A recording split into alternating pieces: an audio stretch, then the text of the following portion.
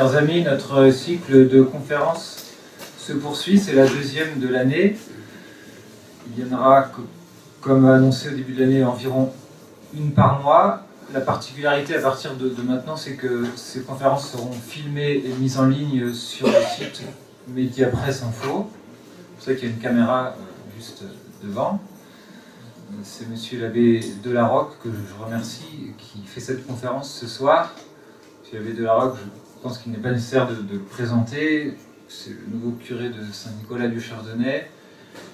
Et Monsieur l'abbé Delarocque a fait partie des théologiens de la fraternité il y a 4 ans environ, qui ont discuté avec les théologiens romains. Donc Monsieur l'abbé connaît bien la théologie, la philosophie des modernistes, et donc certainement il est très en mesure de pouvoir nous décrire tout ce qu'il y a dans la tête de ces modernistes. Merci beaucoup, Monsieur l'abbé, d'être venu parmi nous ce soir. À la source première du modernisme, le titre est très osé, trop osé ou trop vague. On pourrait chercher la source historique, on pourrait s'interroger sur la source théologique, ou bien on peut se questionner sur la source philosophique. C'est un petit peu ce dernier point, l'aspect philosophique, que je voudrais voir avec vous ce soir. Comme la philosophie a une très mauvaise renommée, on la trouve abscon, je vous ai fait des petits dessins. D'où le PowerPoint qui sera derrière moi. La question qui se pose d'un point de vue philosophique est celle de la vérité. Nous n'avons pas du tout la même conception de la vérité. Ce qui rend très compliqué les discussions avec eux. Nous allons donc chercher ce soir à procéder en 4 temps. Visite guidée de l'intelligence d'un moderniste. Je ne donne pas de nom, par respect pour toutes les personnes. On va voir dans un premier temps, de manière très rapide, la conception classique de la vérité, et donc la manière d'appréhender le monde, manière qui a traversé les siècles. Jusqu'au jour où les philosophes, deuxième temps, vont comme se révolter contre un ordre, parce que cet ordre, il leur est antécédent, ce qui chatouille énormément leur orgueil. On va assister à une révolte orgueilleuse des philosophes, qui va durer quelques siècles, 2 siècles, 3 siècles dans un premier temps. Et l'Église va être confrontée à cette révolte philosophique. Elle va chercher à s'y opposer.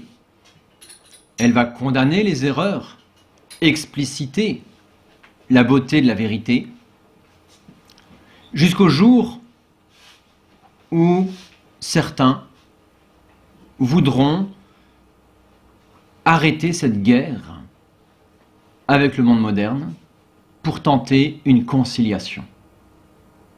Ce sera le 3e temps de notre conférence, cette fausse conciliation avec le monde opérée par le modernisme. Tout cela vu toujours sous un angle philosophique. Lorsqu'on aura saisi quelque peu cette conception nouvelle issue du modernisme, en un mot d'un point de vue philosophique, ce qu'on appelle le personnalisme chrétien, Eh bien, on va voir que cette nouvelle grille de lecture, qui est la leur, éclaire tous les problèmes qui aujourd'hui nous opposent. En cette quatrième partie d'application, je n'aborderai pas tous les problèmes les uns après les autres, ce serait beaucoup trop long. Je vous en soulignerai quelques-uns, des plus classiques aux plus récents. Abordons donc cette première partie, la conception classique du monde. Je vous ai promis des petits schémas, ceux-ci forcément seront un tant soit peu caricaturaux. En une conférence d'1 heure, nous sommes obligés de procéder avec des résumés. De manière très synthétique, le monde est conçu dans la philosophie classique comme un tout qui a un principe. Ce principe premier, même chez les philosophes non chrétiens, les Grecs, ce principe premier moteur du monde, créateur, on l'appelle Dieu. Et le monde, qu'il s'agisse des êtres immatériels, les anges, les purs esprits, qu'il s'agisse des êtres humains, esprit et corps, qu'il s'agisse du monde matériel, composé de matière et de forme, ce monde-là a été créé par un principe unique, Dieu, et a donc en lui une certaine unité qu'on appellera une harmonie. Dans ce monde, il y a un petit bonhomme, chacun d'entre nous, l'être humain. L'homme, comment entre-t-il en relation avec ce monde qui l'entoure? Lorsqu'un petit être naît, comment va-t-il découvrir le monde autour de lui? Que peut-il en appréhender? Nous ne naissons pas tous systématiquement, même si malheureusement cette maladie existe, nous ne naissons pas tous comme des autistes. Nous avons un double moyen de rentrer en relation avec le monde. Nous découvrons le monde. Nous avons donc un premier accès par voie de connaissance. Et par là même, secondairement, par voie d'amour ou de désamour. Que ce soit au niveau sensible ou au niveau intellectuel. Le petit, au niveau sensible, il va goûter une bonne compote, c'est bon. Et donc il veut la compote. Il découvre, il connaît, et de là il veut.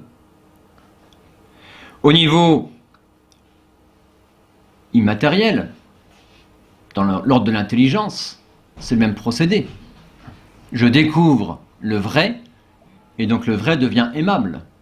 Je découvre l'erreur, et donc je ne veux pas des pistes erronées. Double manière donc de rentrer en relation avec le monde qui nous entoure. Si donc nous nous limitons maintenant à la partie de la connaissance qui est première, de manière classique, qu'est-ce que l'être humain par voie de connaissance? Ici, je laisse de côté la connaissance purement sensible de l'enfant, vous êtes des adultes. Qu'est-ce que l'être humain peut appréhender par voie de connaissance dans cet univers ordonné et harmonieux qui l'entoure? Dans un premier temps, bien sûr, il peut appréhender le monde visible, c'est-à-dire, d'une part, la matière et ses lois, la physique, toutes ces matières-là, la chimie, tout ce que vous voulez. Et il peut découvrir, toujours dans ce monde visible, la nature des choses sensibles.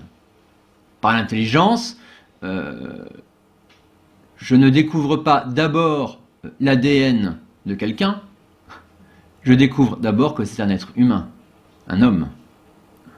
Donc d'un côté, une connaissance scientifique qui va étudier la matière, l'ADN par exemple.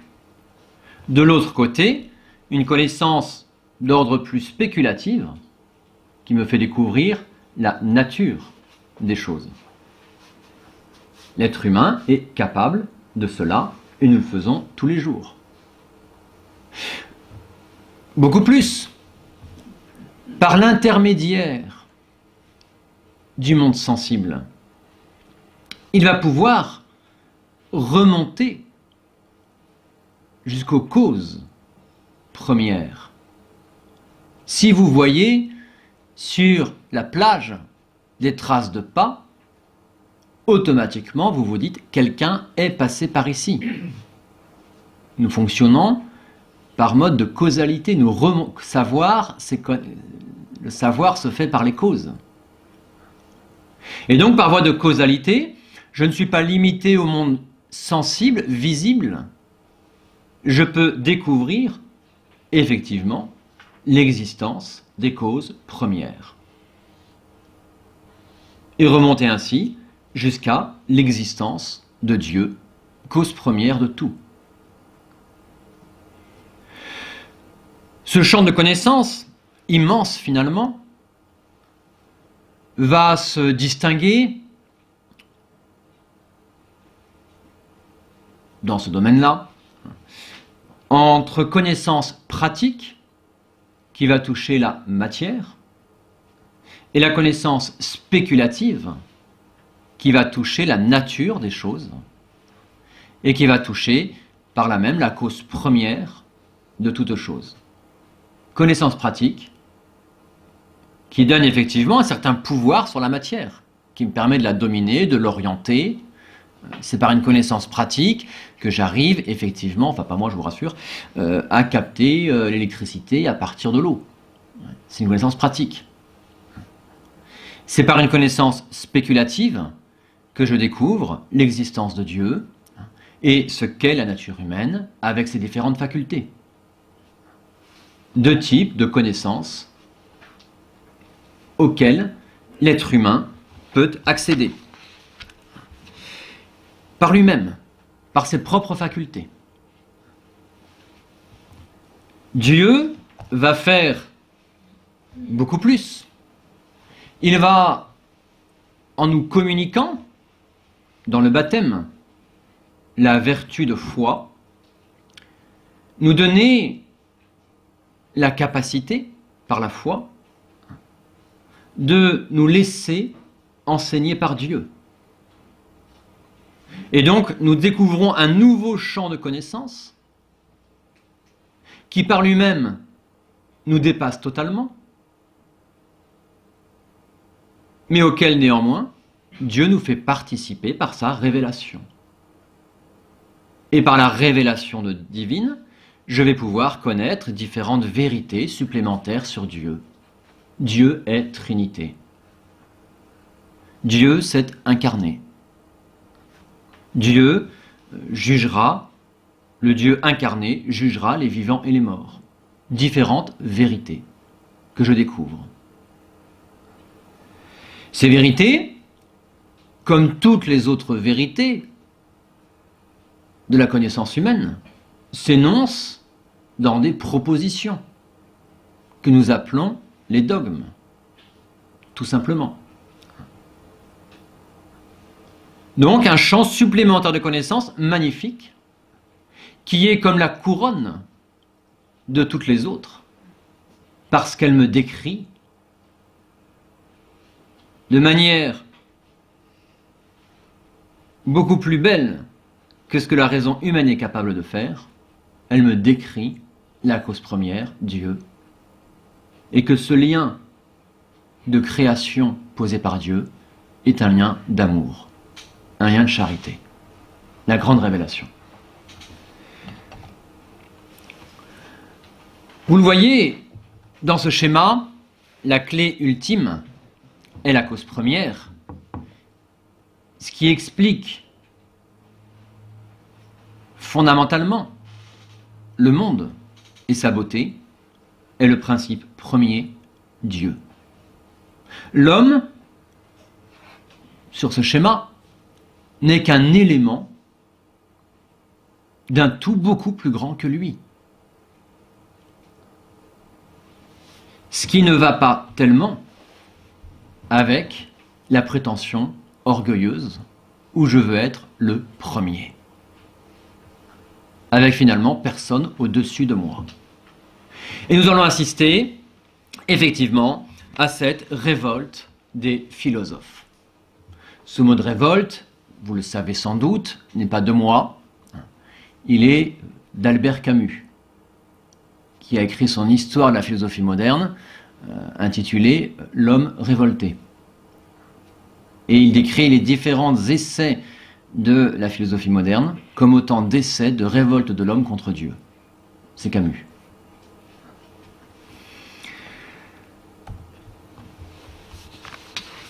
À la base de cette révolte, la plus caractéristique, dans son expression, Descartes.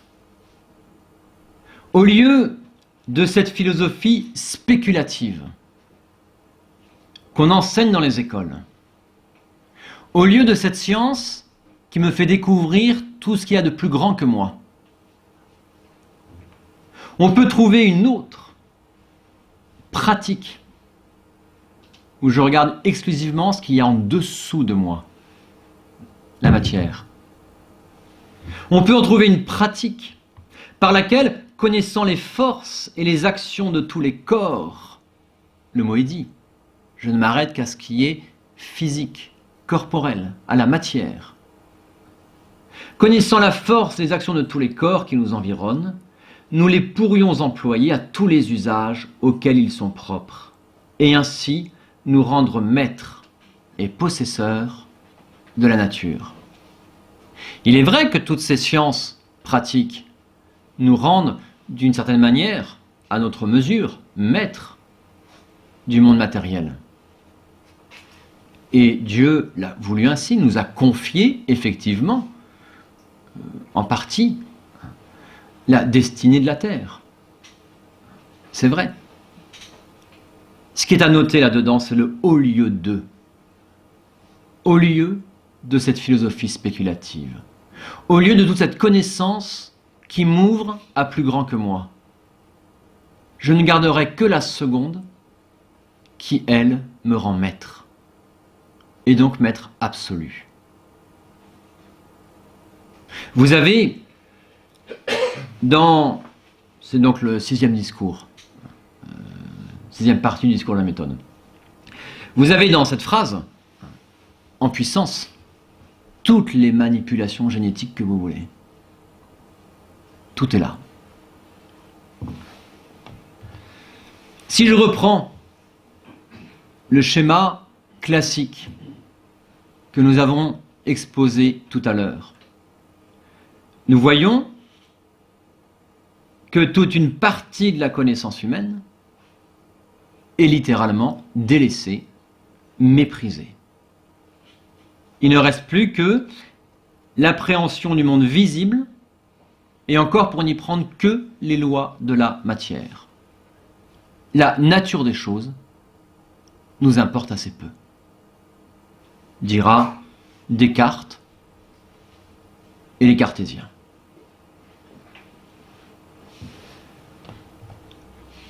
Marcel Fissin, vous le savez, c'est la Renaissance italienne, se situera avec Pie de la Mirandole et tant d'autres dans la même lignée. Toujours cette révolte, toujours pour devenir maître, pour devenir en quelque sorte un petit peu Dieu. Et Marcel Fissin vous le dit ouvertement. L'homme mesure le ciel et la terre, scrute les profondeurs du Tartare. Qui n'ira qu'il a quasiment le même génie que l'auteur de ces ciels, et qu'en une certaine façon, il pourrait lui-même les créer. La matière, pour eux, est matière inerte, sans forme, sans nature. Et c'est à l'homme de déterminer quelle sera la nature des choses. Illustration? Pour ces philosophes-là, l'être humain est une pure matière. Et c'est à chacun de déterminer s'il sera homme ou femme. Théorie du gender. Les principes sont très lointains, mais bien réels.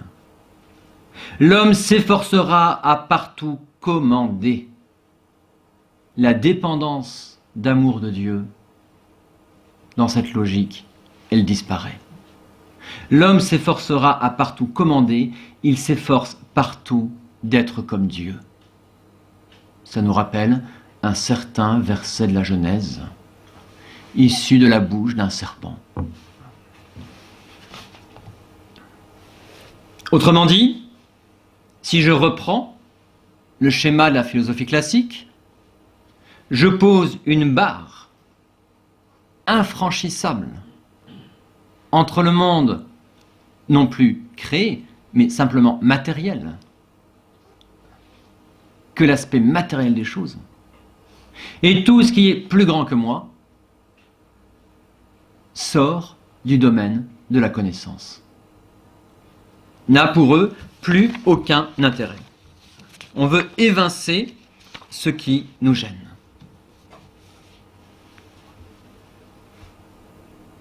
On laisse passer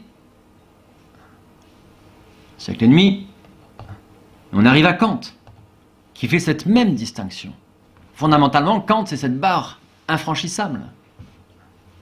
Avec d'un côté le monde, les choses telles qu'elles apparaissent de manière sensible, et les choses telles qu'elles sont en elles-mêmes. Les choses telles qu'elles apparaissent, on peut les appréhender. Les choses telles qu'elles sont en elles-mêmes nous sont absolument inaccessibles. C'est exactement cette barre, cette frontière, désormais ce mur infranchissable, que Kant a repris et qu'il a littéralement cimenté. C'est la même chose. Et donc, le domaine de la connaissance ne portera que sur les phénomènes qui apparaissent. Et là, connaître se résumera à avoir puissance sur. Le mot est dit.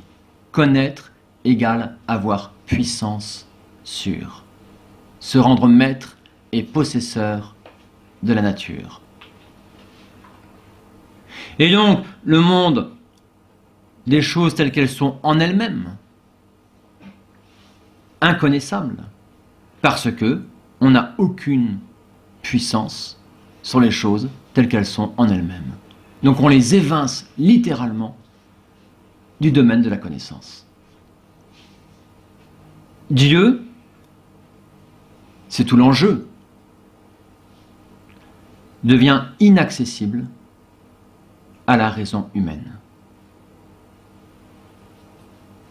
Toutes ces erreurs seront condamnées et recondamnées par les papes, jusqu'au Concile de Vatican I, qui affirme de manière très claire et qui condamne la proposition contraire, qui affirme de manière très claire que l'être humain, par la raison et la raison seule, peut découvrir l'existence de Dieu.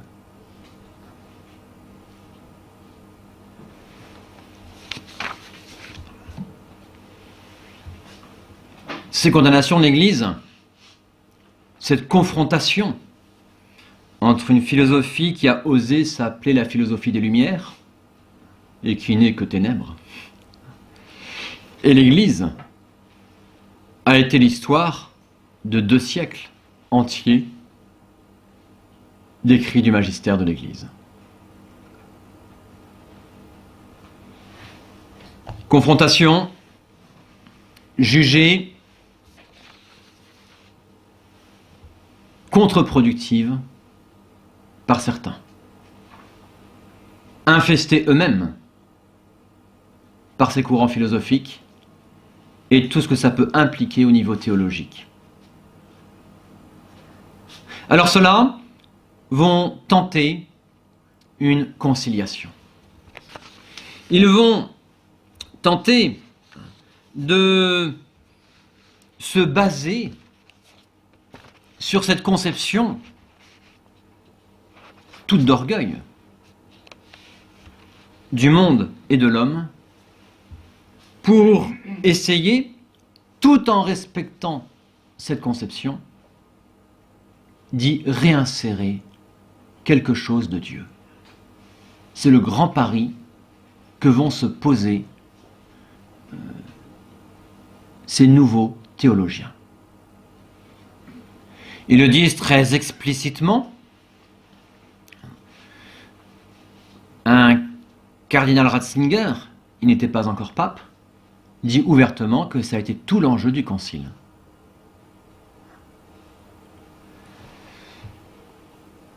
On avait donc cette division radicale, posée par Descartes, par Kant. L'être humain, il restait un, avec une unité, toute tournée vers ce qu'il y a de plus petit que lui, vers ce sur quoi il avait puissance.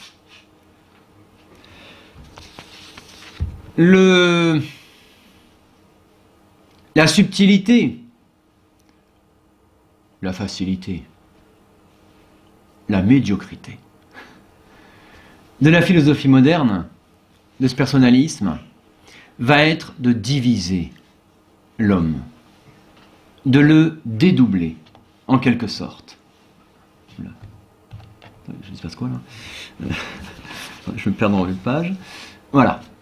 Excusez-moi. On va dire, chaque être humain, en fait, a une double dimension. D'un côté, il est tourné vers le monde matériel. Les mots vont un petit peu changer. Il y a quelques subtilités ici sur lesquelles je passe, vu le peu de temps que nous avons entre nous. Ils vont dire, oui, d'un côté, l'être humain est tourné vers le monde objectif, objet de connaissance. Vers le monde dans lequel, effectivement, on pourra énoncer des lois. Que ce soit des lois physiques, des lois comportementales, des lois dogmatiques. D'un côté, il est tourné vers ce monde objectif. Mais l'homme n'est pas que cela. L'homme n'est pas seulement un individu, disent-ils. L'homme est une personne.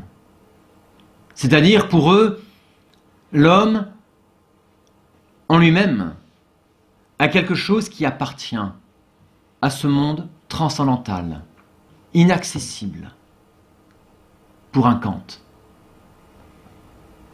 L'homme n'est pas d'un côté du mur, il a un pied de chaque côté. Mais le mur, il reste là.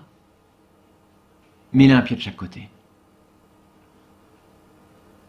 Alors, dans le monde objectif, effectivement, l'homme rentre en contact avec le monde qui l'entoure, et bien toujours par la connaissance. Mais lorsqu'on aborde le monde transcendantal, alors là, la connaissance ne sert absolument à rien. C'est seulement l'expérience. L'expérience, alors excusez-moi leur terme barbare, l'expérience de l'intersubjectivité. C'est-à-dire, je découvre que je suis moi parce qu'à côté de moi il y a un autre et que cet autre il n'est pas moi. Et donc il me faut l'autre pour découvrir que je suis moi. L'autre me sert à me découvrir moi en tant que moi. Mais qui est l'autre? Je n'en sais rien. Et peu importe. Ou plutôt, il faut surtout que je n'ai aucune prétention de connaître l'autre.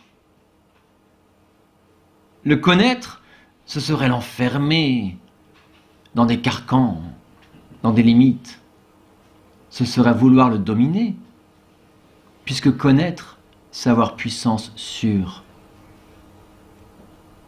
Donc surtout, il ne s'agit pas de connaître l'autre en tant qu'autre, mais il s'agit, par cette relation intersubjective, de me découvrir moi-même. On transpose ça. Un texte du Concile. Le Christ est venu. Moi, si je complète la phrase, il est venu pour me révéler Dieu et pour m'apporter le salut. Ah non.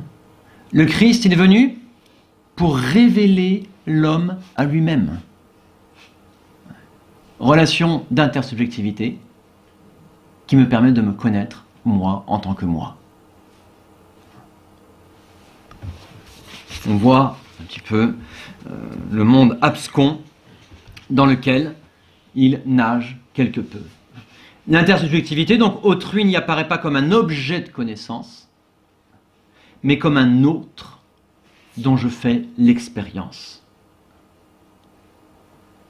La relation à autrui s'établit donc par un cumul d'expériences, évolutives par définition, et lequel cumul évolutif peut porter le nom de histoire. Désormais, on ne va plus s'intéresser à ce qu'est Dieu, à ce que nous dit Dieu, on va s'intéresser à l'histoire des interventions de Dieu dans l'histoire humaine. Vous voyez tout de suite où ça va mener. Donc, l'autre, si jamais je le prends comme un individu, si je veux le connaître, vraiment,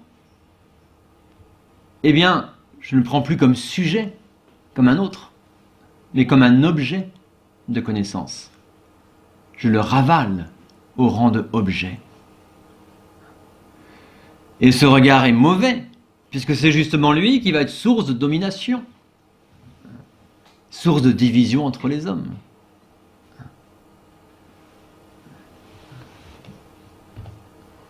Alors Dieu là-dedans. Dieu là-dedans, eh bien c'est très simple, il fait partie du monde transcendantal. Or désormais, dans cette optique-là, l'homme a un pied dans le monde transcendantal. Donc l'homme pourra vivre le vécu, quelque chose avec Dieu, une expérience avec Dieu. Va leur apparaître le domaine de la foi, qui est le domaine transcendantal, le domaine de l'expérience, du vécu, et de l'autre, le domaine de la raison, qui est celui de la connaissance, qui est celui de la domination. Dans le domaine de la foi, mais il y en a plein qui ont fait des expériences avec Dieu, disent ces gens-là. Un certain Mahomet, il a fait une expérience avec Dieu. Les musulmans, ils font une expérience avec Dieu. Donc ils ont la foi. Ils ont la foi. Pour ces gens-là, les musulmans, les orthodoxes, les tenants du judaïsme, tous ces gens-là ont la foi. La foi n'est plus l'adhésion à des vérités, surtout pas. La foi est un vécu expérimental. Donc dès qu'il y a un vécu, même s'il y a une part encore de mauvaise perception, de mauvaise expression de ce vécu, il y a la foi. Il y a ce contact avec Dieu, cette expérience avec Dieu. La foi se résume à cela.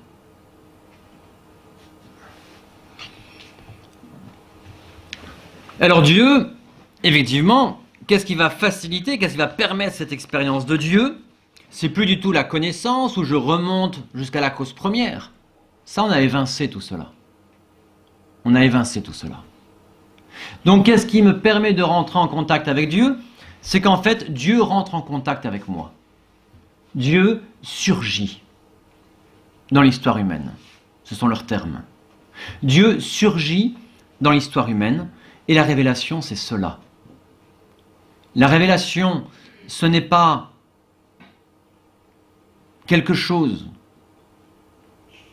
que le Christ nous dit de Dieu pour que nous connaissions davantage Dieu et que nous l'aimions que plus. La révélation, c'est un événement, événementiel. Donc Dieu, lorsqu'il surgit dans l'histoire, surtout, n'est pas là pour être un objet de connaissance. Le mot objet est banni pour eux.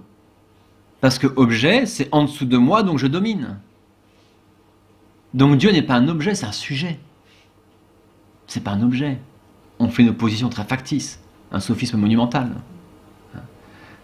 Dieu, il reste au niveau de l'homme en tant que personne dans la zone verte. Au-delà de ce mur qui délimite la zone verte. On n'est pas Bagdad, hein, on est en philosophie personnaliste.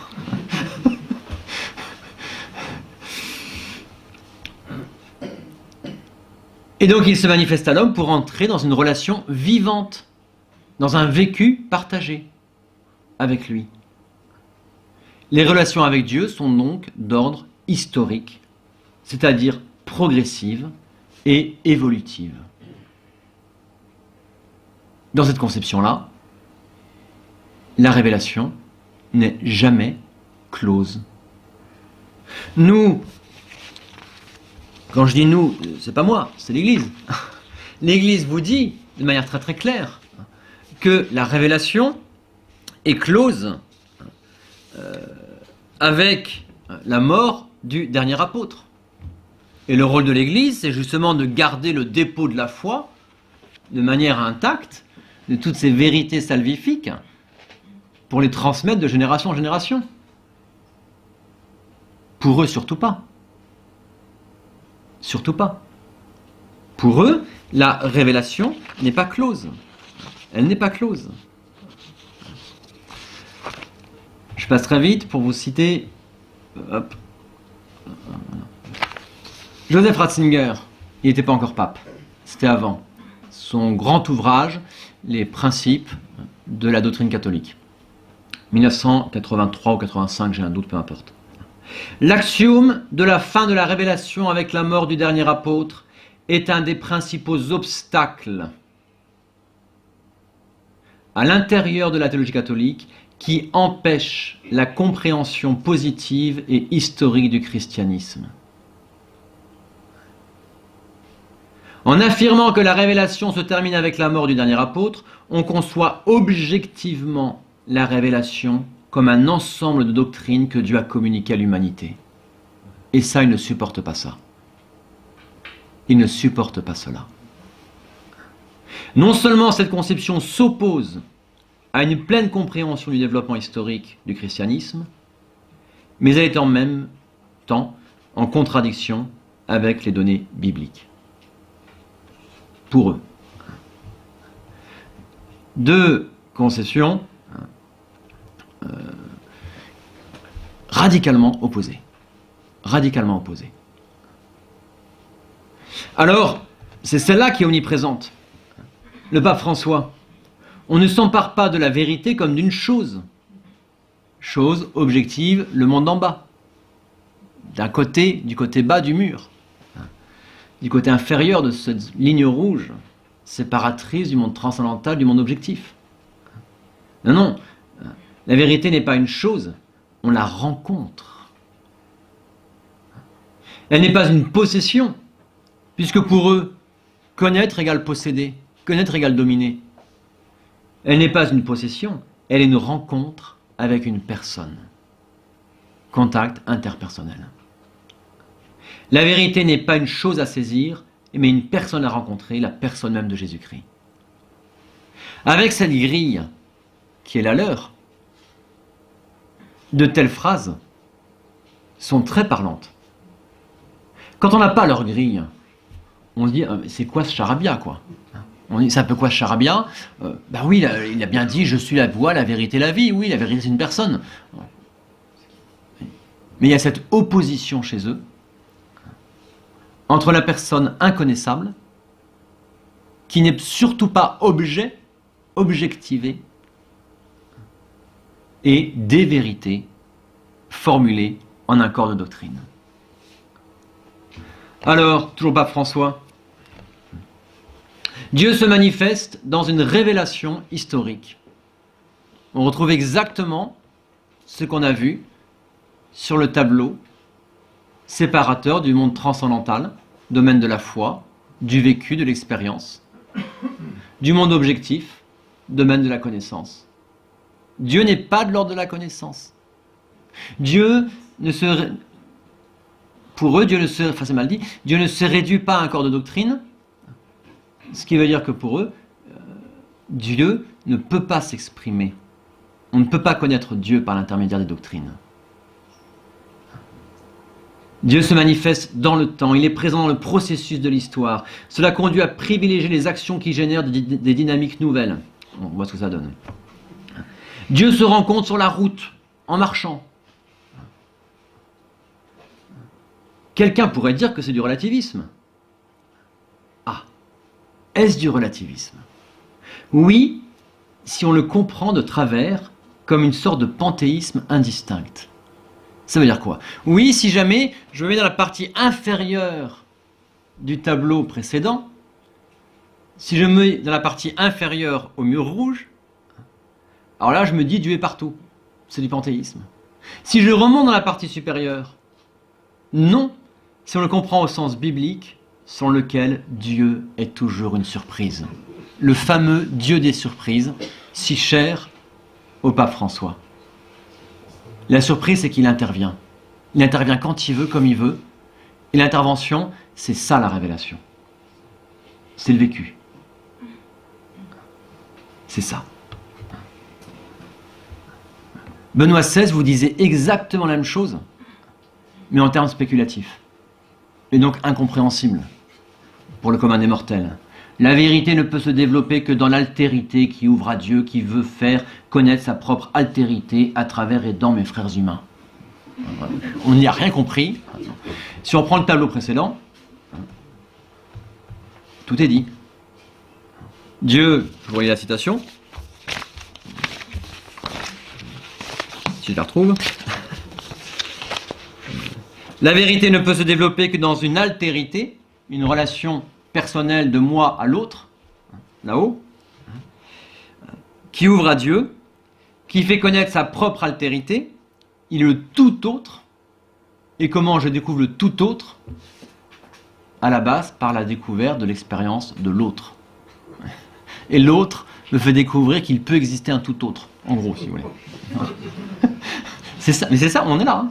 On en est là. C'est vraiment leur corps de pensée. Ils fonctionnent comme ça. Ils fonctionnent comme ça.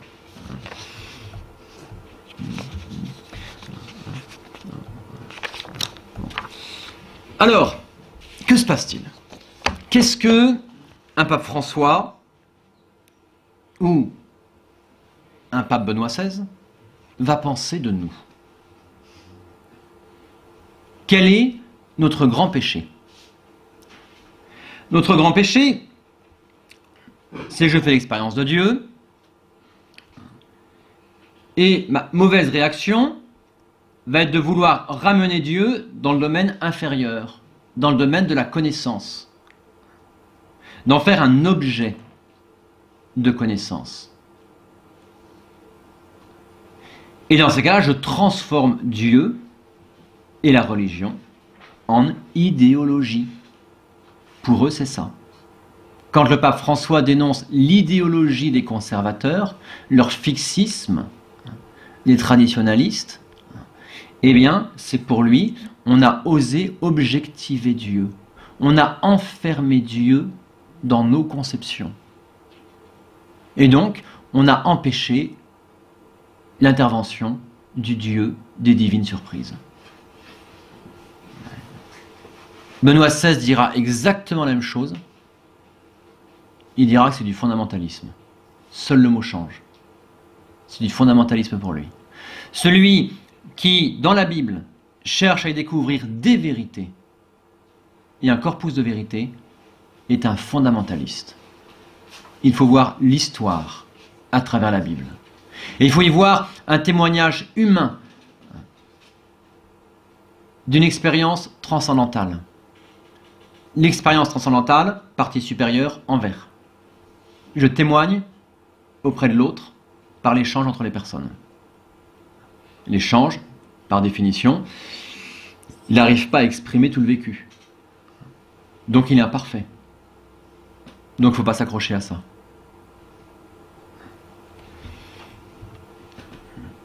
Qu'est-ce que c'est pour eux que le dogme? C'est un mot que le pape François déteste. Parce que pour lui, le dogme, c'est justement un Dieu enfermé dans une formule. Et donc, j'ai objectivé Dieu, j'ai réduit Dieu, j'ai voulu avoir puissance sur Dieu en le connaissant. J'ai exprimé des formules qui vont enfermer Dieu. Et qui empêchent cette ouverture à l'expérience avec Dieu. Qui empêchent, par là même, cette vraie dimension de la foi pour eux, cette dimension évolutive. Celui qui aujourd'hui, Pape François, tend de manière exagérée à la sûreté doctrinale. Je vous ai passé dans ce texte-là. Dans ce même texte, il explique que pour qu'il y ait la foi, il faut toujours qu'il y ait le doute. S'il n'y a pas le doute, c'est que ce n'est pas la vraie foi. Celui qui aujourd'hui tend de manière exagérée à la sûreté doctrinale, celui-là a une vision statique et non évolutive. De cette manière, la foi devient une idéologie parmi d'autres. Pour ma part, j'ai une certitude dogmatique, Dieu est dans la vie de chaque personne. La seule certitude dogmatique, c'est la relation interpersonnelle. Dieu intervient dans la vie de chaque personne. C'est la seule chose. Il dira dans ce même texte que la vérité fondamentalement est une relation. Une relation entre deux personnes. Pourquoi Saint Jean-Baptiste est-il saint? Alors là, ça c'est un extrait d'un sermon, une homélie du matin à Sainte-Marthe. Pourquoi Saint Jean-Baptiste est-il saint? Parce qu'il ne s'est jamais approprié la vérité. Il n'a pas voulu se faire idéologue. Il n'a pas formulé des vérités. Il a appelé à une expérience. De même, l'Église sans idéologie écoute la parole et se fait voix. Parole avec un grand P, donc le Verbe divin. Et donc, non pas des vérités, mais la personne, parole. Demandons la grâce de ne pas devenir une Église idéologisée.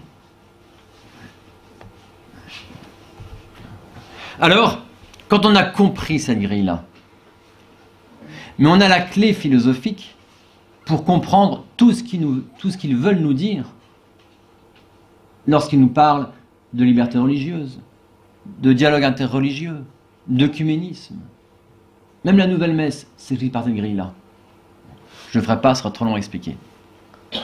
On va s'amuser simplement, parce que le temps tourne, il ne me reste plus que 7 minutes. On va faire quelques applications. Donc, la liberté religieuse. Pourquoi est-ce que toute cité politique a le devoir d'être neutre en matière religieuse? C'est que la cité politique, elle se situe dans la zone orange, inférieure au trait rouge. Elle lie des individus. Elle associe des individus. Or, l'expérience de Dieu, elle n'est pas au niveau de l'homme en tant qu'individu, elle est au niveau supérieur de l'homme en tant que personne. Et donc tout État a le devoir de neutralité et a le devoir de favoriser l'homme en tant qu'il est personne. Et donc de favoriser son expérience avec Dieu, quel que soit son Dieu. La liberté religieuse, c'est extrêmement simple. Leur logique. Extrêmement simple, c'est cette barre rouge. L'État est dans la zone inférieure, et donc il n'a aucun pouvoir quelle horreur en matière religieuse. Comment vouloir avoir un pouvoir sur Dieu? Et donc il n'a aucun pouvoir sur la foi, ce qui est entièrement vrai, même pour nous, dans le sens authentique de la foi. Mais ça veut dire que pour eux, il n'a aucun pouvoir pour limiter l'expérience religieuse de chacun. Et donc il doit laisser à tous de pouvoir faire leurs propres expériences religieuses. Et l'Église, qui est là comme pour défendre la personne humaine, eh bien, a le devoir, effectivement, de proclamer ce droit de chaque personne à la liberté religieuse. Je rencontrais avant-hier une juriste bolivienne. La Bolivie est un État extrêmement catholique. À la demande du Vatican, la Bolivie a dû supprimer de sa constitution le fait qu'il était catholique, à la demande du Vatican. Aujourd'hui, depuis 3 mandats, la Bolivie est un pays communiste.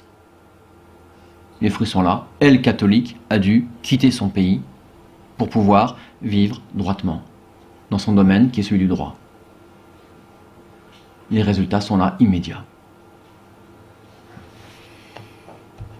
L'œcuménisme. Où est la différence, finalement, pour eux, entre les catholiques, les anglicans, les orthodoxes, les luthériens?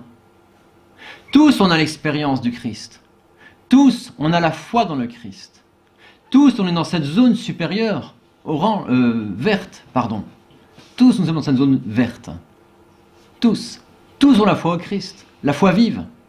Donc tous sont en état de grâce. Aucun problème. Tous sont en état de grâce. Qu'est-ce qui va nous différencier? Ce qui va nous différencier, c'est lorsqu'on va exprimer dans des formules notre expérience, notre vécu. Donc ce qui nous divise, c'est simplement un problème de langage, d'incompréhension, de différence, de conscientisation de sa perception. Excusez-moi tous ces mots barbares. Mais fondamentalement, tous on est unis au Christ, tous on a l'expérience de Dieu. Et donc, ce qui nous unit est beaucoup plus important que ce qui nous sépare. Donc l'œcuménisme, son but c'est quoi? C'est pas de ramener à l'Église catholique, de passer d'un Dieu un petit peu beige à un Dieu un petit peu marron. Non, non. L'œcuménisme, c'est d'avoir une unité visible par un témoignage commun. Il ne s'agit pas de se disputer sur des formules dogmatiques. Constamment, ils vous diront il faut dépasser, non pas résoudre, dépasser ces problèmes dogmatiques. Les relativiser. L'œcuménisme, c'est cette grille-là. Dialogue interreligieux, le pape François à Lampedusa. Donc il est là devant des musulmans. Chacun de vous détient une richesse humaine et religieuse, des musulmans, qu'il convient d'accueillir et non de craindre. Beaucoup d'entre vous êtes musulmans ou d'autres religions, provenant de pays et de situations très diverses. Il ne faut pas craindre les différences, car la fraternité nous enseigne qu'elles sont une richesse pour tous. Autrement dit, les musulmans, ils ont leur expérience avec Dieu, authentique. Un certain Karol Wojtyla, prêchant la retraite au Vatican en 1976, dit que l'Église contient les musulmans, les bouddhistes, les shintoïstes, dès qu'ils se mettent à prier. Ils ont une expérience avec Dieu, et donc ils ont une richesse expérimentale à nous apporter. Le dialogue interreligieux va dans ce respect, cet échange de richesses, tout ça au profit de la paix du monde. Parce que justement, ce qui est la source de violence pour eux, c'est de vouloir objectiver Dieu, d'en faire un moyen de puissance. Il faut supprimer ça par l'échange de l'expérience et du vécu. Toujours pareil. Vous voyez, on pourrait comme ça multiplier les choses. Tous les domaines, on va retrouver cette grille-là. Le dernier que je vous cite ici, ô combien d'actualité malheureusement, est celui de la communion aux divorcés remariés. Le matin même du jour où était rendu public le fameux document intermédiaire du synode, qui a fait tant et tant de bruit, et pour cause. Il voulait promouvoir la communion aux divorcés remariés. Il estimait que toutes sortes d'unions étaient en quelque sorte déjà un premier pas vers le mariage et donc avaient des valeurs positives très importantes. Même l'union homosexuelle, premier pas vers le mariage, où il y a au moins l'entraide mutuelle. Le matin même de la publication de ce texte, le pape François savait parfaitement les réactions que ça allait entraîner. C'est pour ça qu'il a fait 2 synodes. Il prépare les mentalités. Qu'a-t-il dit le matin même à Sainte Marthe? Il faut relire tout son sermon, je vous l'ai résumé ici. Il invite à ne pas rester enfermé dans ses propres idées, dans des conceptions, dans ce monde inférieur qu'on avait mis en orange, pour remonter au niveau supérieur du mur, dans la zone verte, pour s'ouvrir aux surprises de Dieu, à l'intervention de Dieu. Il dénonçait l'attitude des docteurs de la loi qui ne comprenaient pas les signes des temps parce qu'ils étaient trop enfermés dans un système. La fameuse opposition entre un système de vérité, un corpus de vérité, considéré comme une idéologie, ou bien l'intervention de Dieu, les surprises de Dieu qui se manifestent à travers les signes des temps. Ils avaient très bien élaboré la loi. C'était un véritable chef-d'œuvre. Tous les Juifs savaient ce qui pouvait se faire et qui ne pouvait pas se faire. Tout était prévu. Qu'est-ce qu'il décrit là? Mais il décrit la morale catholique, tout simplement. Un catholique sait ce qu'il a le droit de faire, il sait où est le bien, il sait où est le mal. Un système, aux yeux du pape François. Un système fermé, une idéologie. Alors, ajoutait le pape, pour ces mêmes docteurs de la loi, Jésus apparaissait comme dangereux, parce que la doctrine était en danger, leur soi-disant doctrine. Vous voyez comment toute la loi morale, dogmatique, est mise sous le couvert de ces mauvais pharisiens et dénigrée, pour laisser la place à la zone supérieure, au Dieu des surprises. Ils étaient fermés, oubliant que Dieu est Dieu de la loi, mais aussi le Dieu des surprises. Et le pape de conclure en posant la question, suis-je attaché à mes idées, suis-je fermé, ou bien suis-je ouvert au Dieu des surprises? Voilà ce qu'il disait le matin même du jour où allait être publié ce texte scandaleux, remettant en cause la morale de l'Église et l'unicité du mariage catholique. Toujours cette même grille. Le but de cette conférence, pour moi, est de vous montrer que ce langage qui vous paraît quelque peu vaseux a un sens. Les mots disent quelque chose. Et lorsqu'on comprend, lorsqu'on a fait la visite de l'intelligence d'un moderniste, d'un personnaliste, alors toutes ces phrases s'éclairent complètement.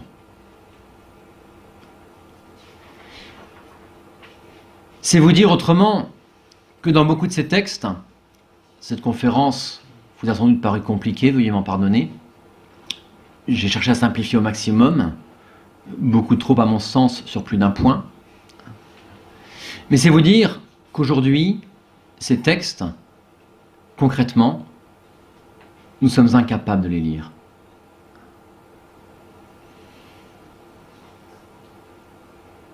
Monsieur l'abbé de Lacoste disait un peu pompeusement que j'étais un théologien lors des discussions romaines. C'est faux. J'étais un traducteur. Un traducteur en ce sens que j'avais vraiment compris leur système de pensée. Et tout ce qu'ils nous disaient, je le comprenais. Ou je pensais le comprendre. Plus précisément. Soyons humbles et réalistes, surtout. Et puis par là même, heureusement, la foi catholique, j'espère la connaître un petit peu quand même, si vous voulez, un minimum. Non, j'arrivais constamment à passer d'un monde à l'autre monde. Et c'est que comme ça qu'on arrive à leur parler. Ce qui est extrêmement compliqué. Aujourd'hui, malheureusement, tous ces textes-là, on est obligé, malheureusement, de ne pas s'en préoccuper, de les mettre de côté. Normalement, le pape écrit un texte, le pape parle, je devrais lire ça à genoux.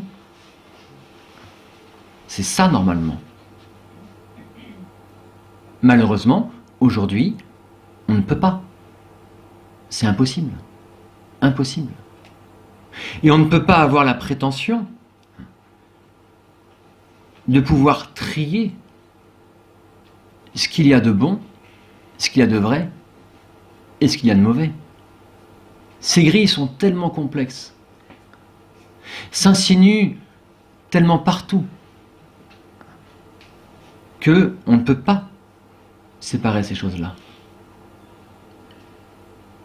Nous avons un devoir de garder la foi catholique. Vous avez un devoir de transmettre la foi catholique à vos enfants et de la rendre aimable, cette foi catholique, d'en montrer la beauté. Vous avez ce devoir-là en tant que parent. N'en déplaise à ceux qui estiment que le catéchisme, corpus de vérité, est un peu trop idéologique, tant pis pour eux. Mais vous, vous avez un devoir de transmettre ces vérités. Et de vous protéger de ce qui pourra corrompre tout ça. Malheureusement, tous ces textes, aujourd'hui, il faut des spécialistes pour les lire. On n'a pas le choix. Ça vous montre la profondeur du mal. Je n'ai pris ici que l'aspect philosophique. Je pourrais vous montrer toutes les condamnations, point après point, portées par l'Église. Ça aurait été très long, beaucoup trop long. Je m'arrêterai simplement en vous invitant, non pas à lire tout ça, mais à lire votre catéchisme.